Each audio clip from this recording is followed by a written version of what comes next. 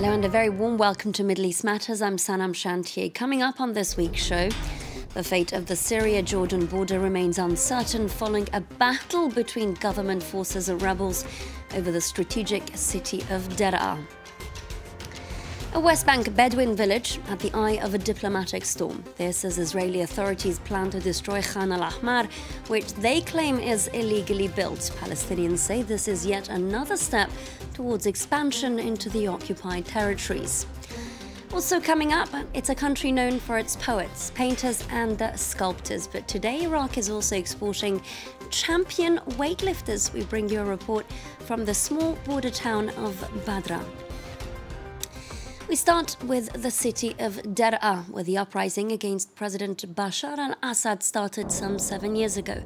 The battle over this hotspot between the rebels and pro-government forces has marked a new chapter in the ongoing civil conflict, raising questions over the fate of the Syria-Jordan border. Emerald Maxwell has a story.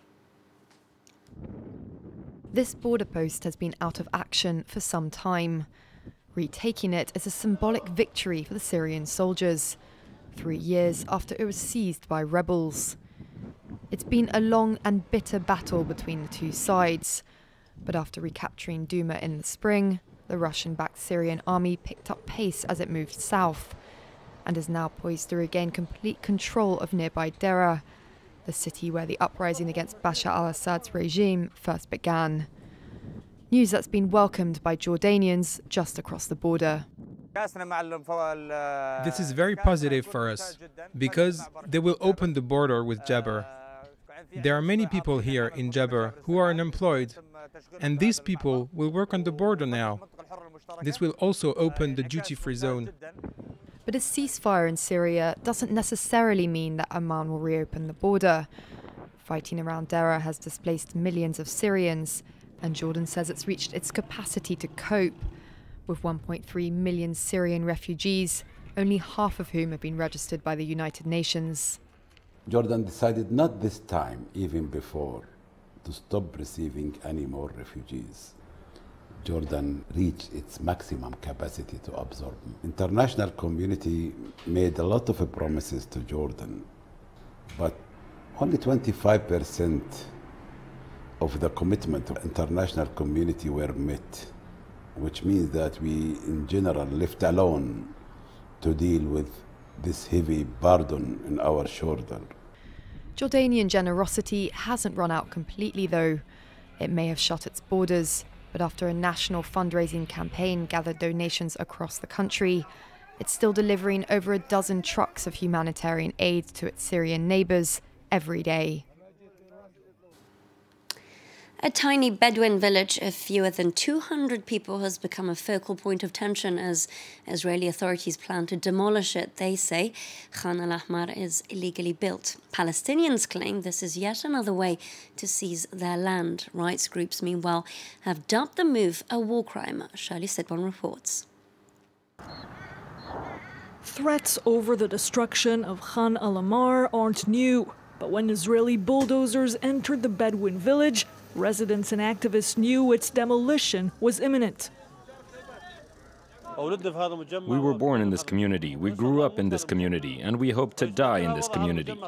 The situation here has gotten really difficult, and day by day tension is increasing, whether caused by settlers or by their supporters. The demolition of this village means not only demolition of al-Ahmar, but potential destruction of 46 Bedouin communities.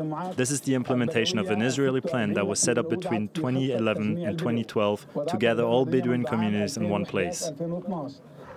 al-Ahmar may just be a makeshift village made of tin and wood, but it's highly strategic. Located between two Israeli settlement blocks, Ma'ale Adumim and Kfar Adumim. If the Bedouins are evacuated, then settlers will be able to expand their block, link it to Jerusalem, and cut the West Bank in two.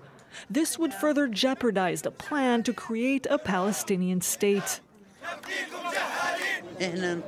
We ask the Western world in particular to witness this crime, a crime committed by Trump when he declared Jerusalem the capital of Israel.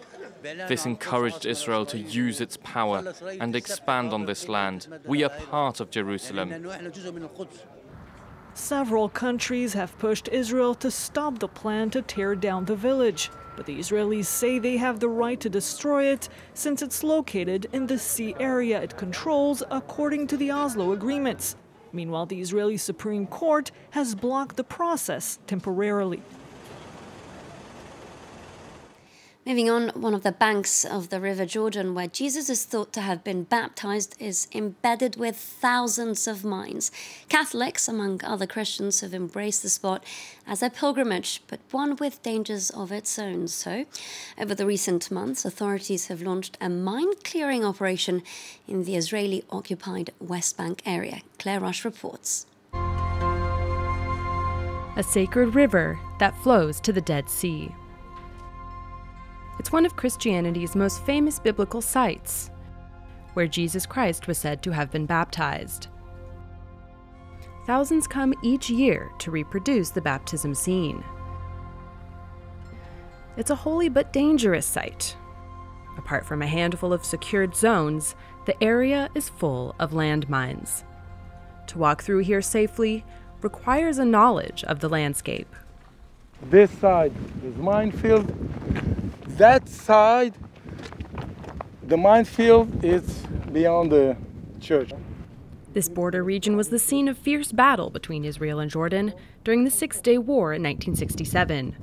Marcel Aviv has been tasked with clearing the mines around the military posts, abandoned when the two countries signed a peace treaty 24 years ago. If you can see, you see them? 1, 2, 3, 4. It's anti-tank mines because it was between two enemies. The explosive charges placed in straight lines by the Israeli army can be seen from above.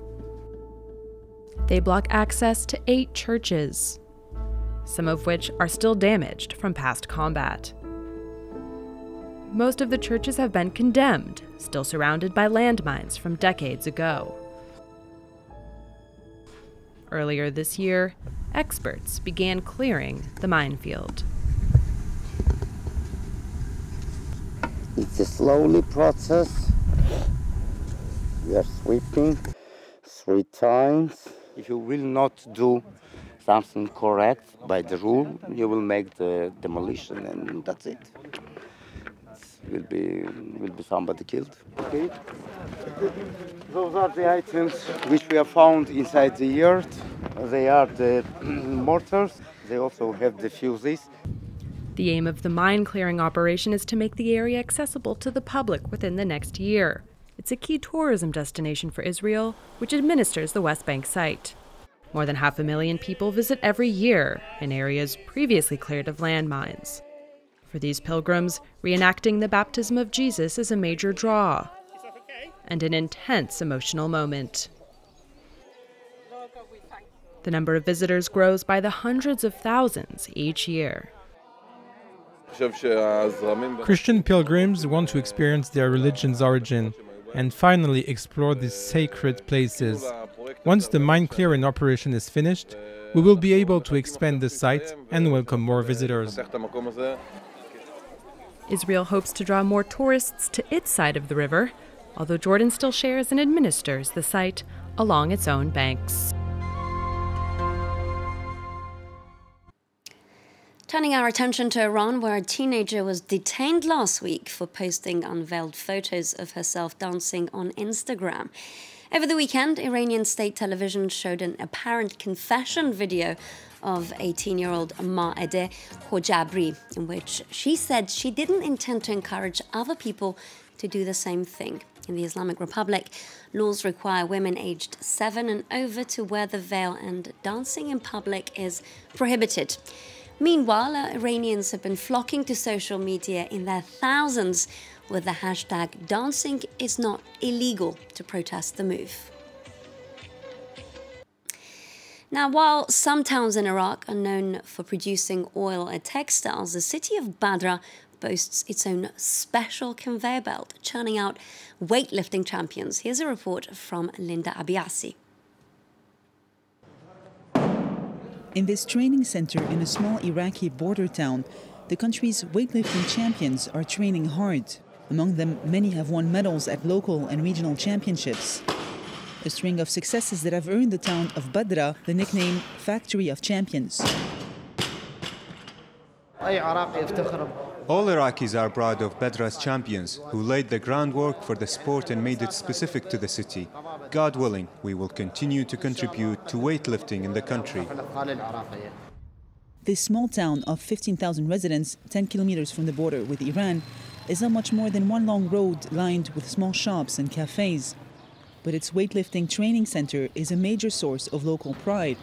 Many champions, past and present, train here. Salwan Jassim Aboud returned last year from the Asian Weightlifting Championship with a silver medal. Club members are making efforts and spending money. It's not easy to get medals at Asian championships because Asians are the world leaders in weightlifting. For coach President Bashar, weightlifting in Badra have been inseparable since the 1970s. But the budget is not up to par despite proven success. Bashar says national sporting authorities have been neglecting the town and its club. I think the financial support provided to the club is very insufficient. The club is rich in champions but poor in funding.